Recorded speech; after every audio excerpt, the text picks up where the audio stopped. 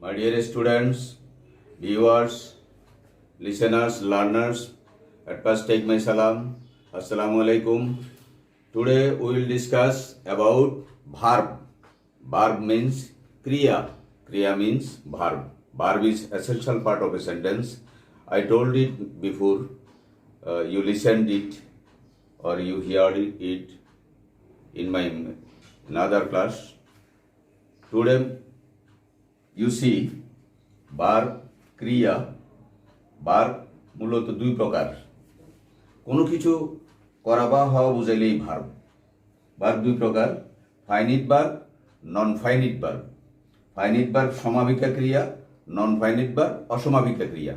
Finite verb সমাপিকা ক্রিয়া, non finite verb অসমাপিকা ক্রিয়া। তাহলে ফাইনিট ভার্ব সমাপিকা ক্রিয়া, যে ক্রিয়া শেষ হয়ে যায়। উই হ্যাভ টেকেন লাঞ্চ, আমরা লাঞ্চ খেয়েছি, দুপুরের খাবার খেয়েছি, সকালের নাস্তা খেয়েছি, আমি আমার পড়া শিখেছি। I have learned my lessons, I have taken lunch, I took my breakfast. এই কাজগুলি আমাদের শেষ হয়ে গেছে। সুতরাং যে কাজগুলো শেষ হয়ে যায় সেগুলো হলো সমাপিকা ক্রিয়া, যেটা আমি শেষ করে ফেলছি, এটা সমাপিকা ক্রিয়া। আর অসমাপিকা ক্রিয়া নন ফাইনিট ভার্ব, ফিনিট বলবা না, finite. Finite non finite, actual উচ্চারণ ফাইনাইট নন ফাইনাইট।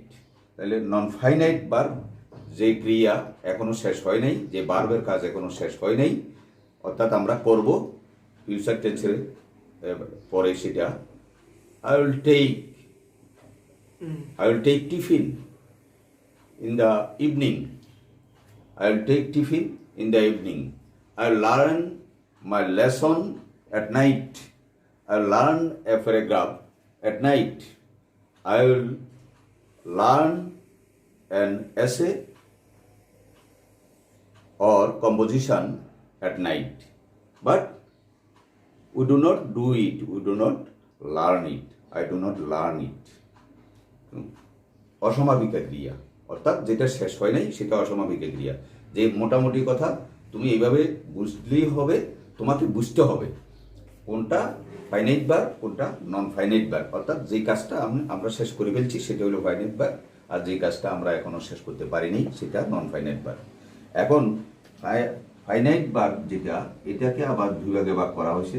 একটা হলো principal verb, principal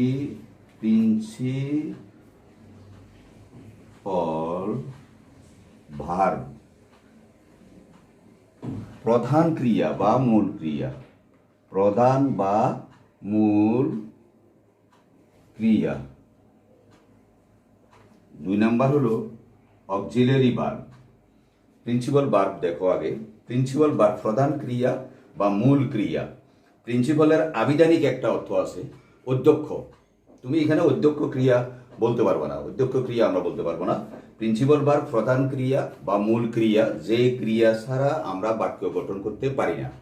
we eat rice, we take rice, আমরা ভাত খাই। উই রাইট, আমরা লিখি। We write, I am writing a letter, I am writing a story, I am writing question answer, যাই বলো। তাহলে রাইট যেটা, ইট যেটা, রোড যেগুলি, এগুলি হলো প্রিন্সিপাল ভার্ব প্রধান ক্রিয়া, অর্থাৎ যে ক্রিয়া ছাড়া আমরা বাক্য গঠন করতে পারি না। প্রিন্সিপাল ভার্ব ইজ এসেনশিয়াল বাক্য গঠনের জন্য। তাহলে এক নাম্বার হলো প্রিন্সিপাল ভার্ব, ফাইনাইট ভার্ব। তাহলে প্রথম প্রকার হলো প্রিন্সিপাল ভার্ব, দ্বিতীয় প্রকার হলো অক্সিলিয়ারি ভার্ব। প্রিন্সিপাল ভার্ব নিশ্চয়ই তোমরা বুঝতে পেরেছ। Principal verb, auxiliary verb, auxiliary verb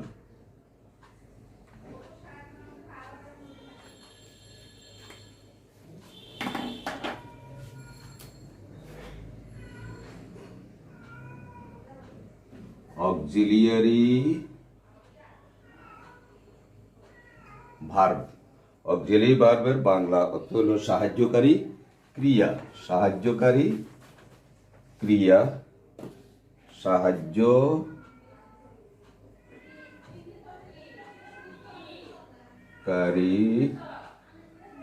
ক্রিয়া। এটাকে হেল্পিং ভার্বও বলে, ভার্ব টু বিও বলে অনেকে। Verb to be verb to be, helping verb, auxiliary verb একই কথা। Verb to be, helping verb, auxiliary verb একই কথা। তোমরা এটাকে ভিন্নভাবে দেখিও না। তাহলে অক্সিলিয়ারি ভার্ব সাহায্যকারী ক্রিয়া, হেল্পিং ভার্বও সাহায্যকারী ক্রিয়া, ভার্ব টু বিও একই কথা। তাহলে যে ক্রিয়া বাক্য গঠনে সাহায্য করতে পারে কিন্তু বাক্য গঠন করতে পারে না, যে ক্রিয়া বাক্য গঠন করতে পারে, বাক্য গঠনে সাহায্য করতে পারে কিন্তু বাক্য গঠন করতে পারে না। আবার কোনো কোনো সময় দেখবে যে তুমি অক্সিলিয়ারি ভার্ব আবার প্রিন্সিপাল ভার্বের কাজ করে। তোমাকে যদি কেউ জিজ্ঞাসা করে হু আর ইউ, তখন তুমি বলবা যে am student, for your father, my father is service holder. তুমি এটা বললা, তাহলে অক্সিলিয়ারি ভার্ব অনেক সময় প্রিন্সিপাল ভার্বের কাজ করে, তখন সেটা প্রিন্সিপাল ভার্ব হবে।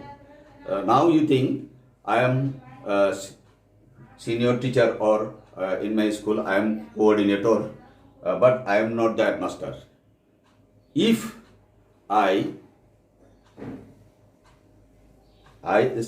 stay or sit or I direct as a headmaster in my school for a few months, then I will be headmaster, but not permanent, temporary. অর্থাৎ দায়িত্ব পালন করা, তাহলে ক্ষণস্থায়ী। এখন অক্সিলিয়ারি ভার্ব কোনো কোনো সময় প্রিন্সিপাল ভার্বের কাজ করে। We are student, what are you জিজ্ঞাসা করলো, তোমরা 2-3 বন্ধু বান্ধবী চাইতেছ, জিজ্ঞাসা করার পরেই তোমরা উত্তর দিলা যে উই আর স্টুডেন্ট। তাহলে এখানে ভার্ব শুধু আর এটা এখানে প্রিন্সিপাল ভার্বের কাজ করছে, কিন্তু মূলত আর প্রিন্সিপাল ভার্ব নয়। তাহলে auxiliary verb am, is, are, was, were, have, has, had, can, could, might, should, would যা আছে এগুলি সবগুলোকে আমরা অক্সিলিয়ারি ভার্ব হিসেবে ব্যবহার করি। এগুলার আবার ব্যবহারের বিভিন্ন ক্ষেত্র আছে, বিভিন্নভাবে ব্যবহার হয়। আমি আরও একদিন বলছিলাম তোমাদেরকে যে উড, শুড, মাইট, কুড এগুলো ফিউচার টেন্সও ব্যবহার হয়, হ্যাঁ অনেক সময়, কিন্তু অপশান আছে। এখন আমরা তাইলে প্রিন্সিপাল ভার্ব গেল যেটা ছাড়া আমরা বাক্য গঠন করতে পারি না, আর অক্সিলিয়ারি ভার্ব বাক্য গঠনে সাহায্য করে কিন্তু বাক্য গঠন করতে পারে না, নিজে নিজে পারে না। যেমন they are playing football, the students are playing cricket, হ্যাঁ উই আর প্লেয়িং ক্রিকেট। তাহলে আর এবং প্লের সাথে আইএনজি যোগ হয়েছে। এখানে প্রিন্সিপাল ভার্ব হলো প্লে, আর হলো অক্সিলিয়ারি ভার্ব। আই এম যখন বললাম তখন আই সাবজেক্ট, এম হলো auxiliary verb. I am playing, I am eating, I am writing a paragraph, a letter, an application, যাই বলি তখন সেটা অক্সিলিয়ারি ভার্ব। তাহলে আমরা বুঝতে পারলাম যে অক্সিলিয়ারি ভার্ব কোনটা কোনটা আর প্রিন্সিপাল ভার্ব কোনটা কোনটা, কি কাজ করে। এখন আবার দেখো প্রিন্সিপাল ভার্ব 2 প্রকার। প্রিন্সিপাল ভার্ব 2 প্রকার। প্রিন্সিপাল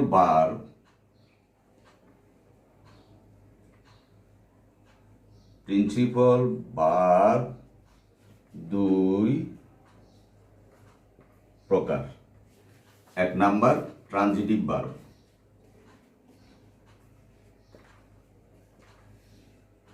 ট্রানজিটিভ ভার্ব সকর্মক্রিয়া, যে ক্রিয়ার কর্ম আছে তাকে প্রিন্সিপাল ভার্ব বলে, যে ক্রিয়ার কর্ম আছে তাকে প্রিন্সিপাল ভার্ব বলে। We eat rice, we take rice, we write a story. Like we eat rice, we take rice, we eat a story. এটা হলো ট্রানজিটিভ ভার্ব, সকর্মক ক্রিয়া, যে ক্রিয়া কর্ম আছে অর্থাৎ অবজেক্ট আছে।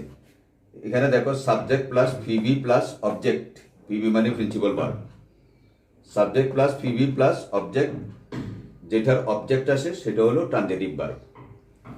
তাহলে সকর্মক ক্রিয়া যেটার কর্ম আছে, আর যেটা কর্ম নাই সেটা হলো ইনট্রানজিটিভ ভার্ব। আমরা এখানে একটা ইন যোগ করে দিলেই ইনট্রানজিটিভ ভার্ব হয়ে যাবে। ইন যোগ করে দিলাম। ইন্ট্রানজিটিভ ভার্ব অকর্মক ক্রিয়া,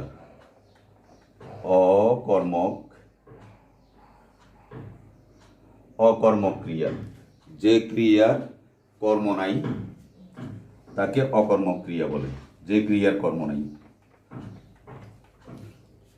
তোমরা দেখো, we eat, we take, we write. তাহলে আমরা উইট আমরা খাই, উই টেক আমরা খাই, উই রাইট আমরা লিখি। তাহলে আমরা কি লিখি কি খাই, কি লিখি কি খাই এই জিনিসটা উল্লেখ নেই। তো উল্লেখ নাই মানে এটা অকর্মক, যে ক্রিয়ার কর্ম নাই, এখানে কর্মই নাই, অ্যাজ এ রেজাল্ট এটা অকর্মক ক্রিয়া, অর্থাৎ যে ক্রিয়ার কর্ম নাই। তুমি সোজাসাপটাভাবে এইভাবে বুঝতে চেষ্টা করবা, যে ক্রিয়ার কর্ম আছে সেটা সকর্মক ক্রিয়া ট্রানজিটিভ ভার্ব, যে ক্রিয়ার কর্ম নাই সেটা হলো যে ইনট্রানজিটিভ ভার্ব অকর্মক ক্রিয়া। তাহলে আমরা সকর্মক ক্রিয়া অকর্মক ক্রিয়া এটা বুঝলাম। প্রিন্সিপাল ভার্ব দুই প্রকার, প্রধান ক্রিয়া যেটা এটা দুই প্রকার, প্রিন্সিপাল ভার্ব প্রধান ক্রিয়া। প্রিন্সিপালের আবিধানিক অর্থ হইল অধ্যক্ষ, কলেজের অধ্যক্ষ থাকে, এখন কেজি স্কুলেও অধ্যক্ষ থাকে। তাহলে ওই এটা বোঝা গেল। এবার আসো আরেকটা ভার্ব আছে, প্রিপোজিশনাল ভার্ব। প্রিপোজিশনাল ভার্ব और গ্রুপ ভার্ব বলে এটাকে, group verb, group verb, prepositional verb বা গ্রুপ ভার্ব। উদাহরণস্বরূপ হি লাভস, সে হাসে। এই হাসাটা এটা কোনো কাজ না, হাসাটা যে কোনো মানুষ হাসতে পারে, হ্যাঁ, হাসাটা কোনো কাজ না, এই জন্য এটাকে এটা ইনট্রানজিটিভ ভার্ব, এটা ট্রানজিটিভ ভার্ব না। হ্যাঁ, হি লাভস হাসে, অকর্মক, এটা যেটার কোনো কর্ম নাই, কাজ নাই। হাসা, হ্যাঁ করে হাসলে তুমি, তাহলে মানুষ তোমার হাসা দেখিও শুধু হাসবে। তাহলে শুধু শুধু হাসাটা হাসতে পারাটা it's not a credit for a person. তাহলে এখন হি লাভসের সাথে যখন তুমি এটা লাগা দিবা, he loves at me, he loves at him, loves at, he loves at him, he loves at him, he loves at him. Current disturb করতেছে। He loves at হিম, সে তাকে তিরস্কার করলো, সে তাকে তিরস্কার করলো। এটা এখন অ্যাট দেওয়াতে এটা ট্রানজিটিভ হয়ে গেছে। একজন লোককে যদি তিরস্কার করে তাহলে সে সহ্য করতে পারবে না, তুমিকে যদি তিরস্কার করা হয় তুমিও সহ্য করতে পারবে না, তোমার কাছে খারাপ লাগবে। স্কল্ড অর্থ তিরস্কার, আবার লাভস অ্যাট দুইটার অর্থ একত্রে বুঝাবে ফ্রেজ ওয়ার্ড। তোমরা সাধারণত ফ্রেজ ওয়ার্ড এখন পড়ো না, ফ্রেজ ওয়ার্ড পড়ানো হয় না আগে। দুইটা শব্দ তিনটা শব্দ একত্রে মিলেই একটা অর্থ প্রকাশ করে। তোমরা যখন করো ওই as well as, as soon as, এরকম। তাহলে হি লাভস অ্যাট মি, সে আমাকে তিরস্কার করে, সে আমাকে স্কল্ড করে। তাহলে ভেংসি মারে, হ্যাঁ, আঞ্চলিক ভাষায় কোনো কোনো অঞ্চলে বলে ভেঙ্গায়। তাহলে এগুলি করলে তোমার কাছে ভালো লাগবে না। তো যখন ভালো লাগবে না সেটা ট্রানজিটিভ হয়ে যাচ্ছে, যেহেতু সে তেরে আসবে তোমার দিকে, যেই কারণে তোমার কাছে ভালো লাগবে না, ওর কাছেও ভালো লাগবে না। তাহলে আমরা প্রথম বললাম বারবত্ব ক্রিয়া, তারপরে ভার্ব দুই প্রকার, finite verb, non finite verb. Finite verb সমাপিকা ক্রিয়া, নন ফাইনাইট ভার্ব অসমাপিকা ক্রিয়া।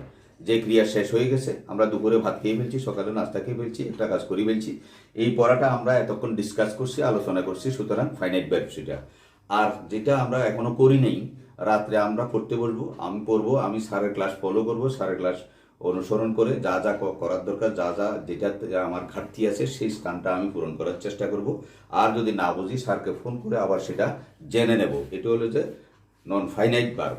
আচ্ছা, এবার ফাইনাইট ভার্ব, ফাইনাইট ভার্ব দুই প্রকার, সেটা হলো principal verb, principal verb, auxiliary verb. Principal verb হলো যেই ভার্ব বাক্য গঠন করতে পারে, নিজে বাক্য অর্থ সম্পন্ন করতে পারে, শেষ করতে পারে, সেটা হলো ফাইনাইট ভার্ব। আর প্রিন্সিপাল ভার্ব। আর অক্সিলিয়ারি ভার্ব হলো বাক্য গঠনে হেল্প করতে পারে কিন্তু নিজে বাক্য গঠন করতে পারে না, তবে কোনো কোনো সময় পারে, কোনো কোনো সময় অক্সিলিয়ারি ভার্ব প্রিন্সিপাল ভার্বের যখন কাজ করবে তখন সেটা প্রিন্সিপাল ভার্ব, তবে ক্ষণস্থায়ী। এখন তাহলে প্রিন্সিপাল ভার্ব, অক্সিলিয়ারি ভার্ব, এটা গেল। অক্সিলিয়ারি ভার্বকে আবার হেল্পিং ভার্বও বলে, সাহায্যকারী ক্রিয়া, আবার কেউ কেউ ভার্ব টু বিও বলে। To be verb, verb to be একই কথা, বা to be verb, verb to be, auxiliary verb, helping verb একই জিনিস। তারপরে আসো তুমি প্রিপোজিশনাল ভার্ব, যেটা আমরা আলোচনা করছিলাম। প্রিপোজিশনাল ভার্ব হলো একটা ইন্ট্রানজিটিভ ভার্ব যখন থাকে, ইন্ট্রানজিটিভ ভার্বকে সাথে প্রিপোজিশন যুক্ত করলে সেটা ট্রানজিটিভ হয়ে যায়, সেটার মিনিং হয়ে যায়। যখন সেটার মিনিং হয়ে যাবে, সবসময় যে স্কল্ড হবে সেটা কথা নেই, বা আরও ভালো হতে পারে, তাহলে তখন সেটা ট্রানজিটিভ হয়ে যায়। ট্রানজিটিভ হয়ে গেলেই সেটা তখন গ্রুপ ভার্ব বলে সেটাকে, অথবা প্রিপোজিশনাল ভার্ব বলে।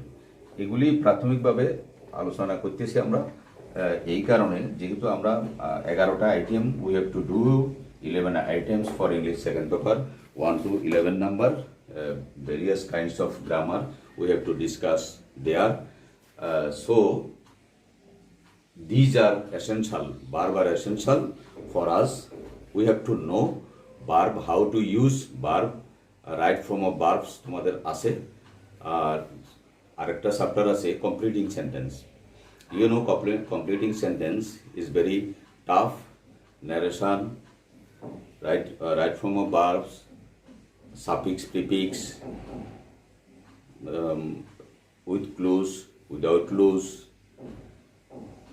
আরও পাঞ্চুয়েশন আছে। পাঞ্চুয়েশন মোটামুটি ইজি, যদি তুমি পারো, তুমি করতে পারো। তারপর আছে জয়নিং সেন্টেন্স, সেন্টেন্স একত্র করবা, যোগ করবা, দুইটা সেন্টেন্স দেওয়া থাকবে, তাও তো তোমাকে মিনিং বুঝতে হবে, অর্থ বুঝতে হবে। এই জন্য আমি সবসময় পরামর্শ দিই যে verb is essential part of a sentence. Verb সম্পর্কে যদি তোমার সম্যক ধারণা না থাকে, আর তোমার যদি ভোকাবুলারি যদি না থাকে, তাহলে উইদাউট ক্লু যেগুলি আছে বা উইথ ক্লু যেগুলি আছে, এগুলি তুমি বসাইতে পারবা না, বসাইতে জানবা না। হাউ টু মেক সেন্টেন্স এটাও পারবা না।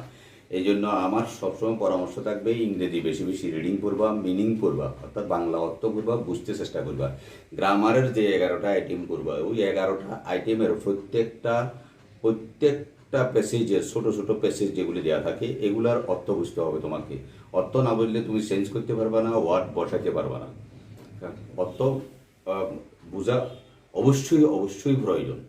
এই জন্য রিডিং বেশি বেশি করবা ইংরেজি, ভোকাবুলারি তোমাকে অর্জন করতে হবে, শব্দ ভাণ্ডার তোমার থাকতে হবে।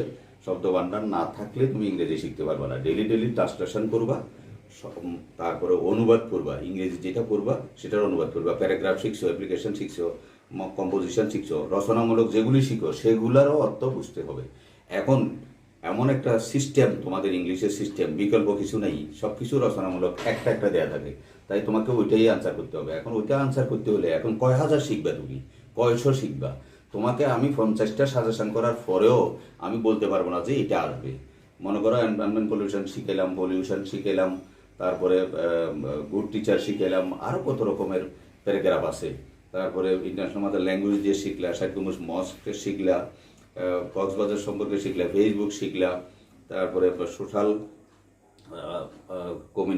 কমিউনিটি শিখলা, কমিউনিকেশন শিখলা, সোশ্যাল কমিউনিকেশন শিখলা, অনেক প্যারাগ্রাফ আছে তোমাদের।